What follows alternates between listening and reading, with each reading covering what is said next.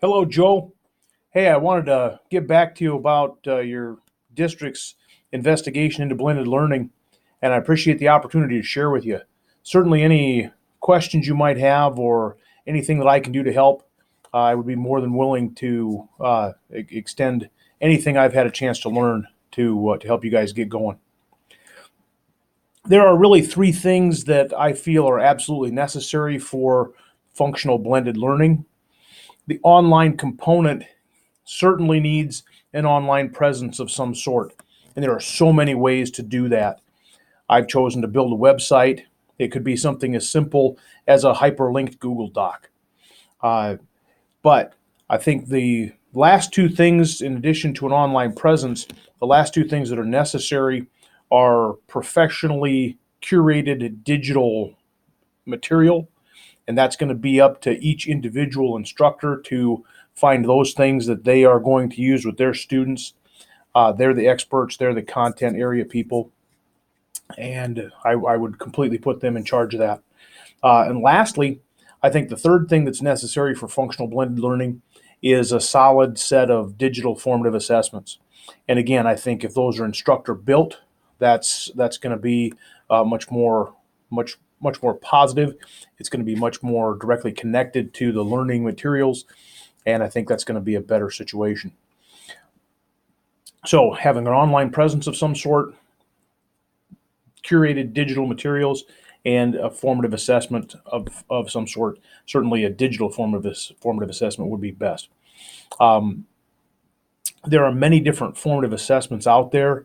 Anything from Kia.com is what I've chosen to use over the years, uh, and certainly any of the Google Forms that can now be used as quizzes could also be a solid place to start.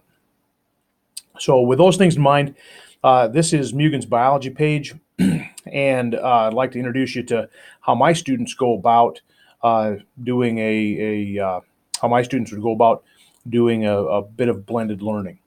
So, on the home page, I have an embedded Google Calendar, and so I have individual pieces of learning that I refer to as stages. The modularity of these course topics allows me all sorts of freedom. I can move these when I need to, depending on schedule changes, anywhere from snow days to assemblies. I have a modularity in place so that I can move these however I need to. So the three things that I'm offering students for the online component of our blended course, number one, they have a variety of different websites here to choose from. Anything that says Mugen Explains is going to be a screen capture that I've done. Certainly, there are going to be anywhere from 2 to 6 YouTube videos. And then, as the students encounter terms that they haven't dealt with before, I have as needed vocabulary assistance on the sidebar. Okay, so curated information in terms of links, videos, and support for new vocabulary as they bump into it. From there, I'm going to ask those students to go through a digital formative assessment. And this now is going to allow the students to be guided through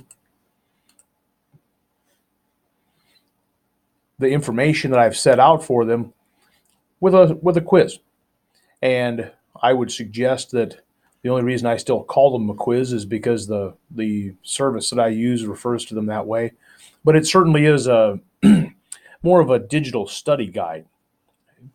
And I've produced these. I think that's the best way to go about it because I have a feel for what I want this formative assessment to guide my students to understand.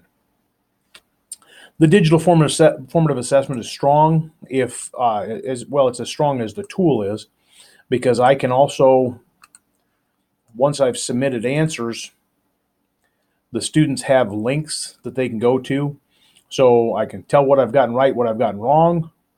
Okay, it seems I've gotten number 2 incorrect, And I have now, in this instance, Kia will let me put a link in for, I'm going to give this a click to follow some information that will take them specifically to what they need to know to be able to answer that question.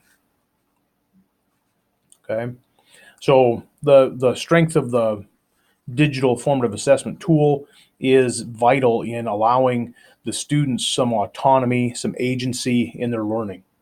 And truly, blended learning is about giving the students that ownership of what they're doing.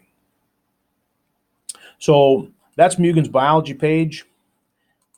That's an individual stage.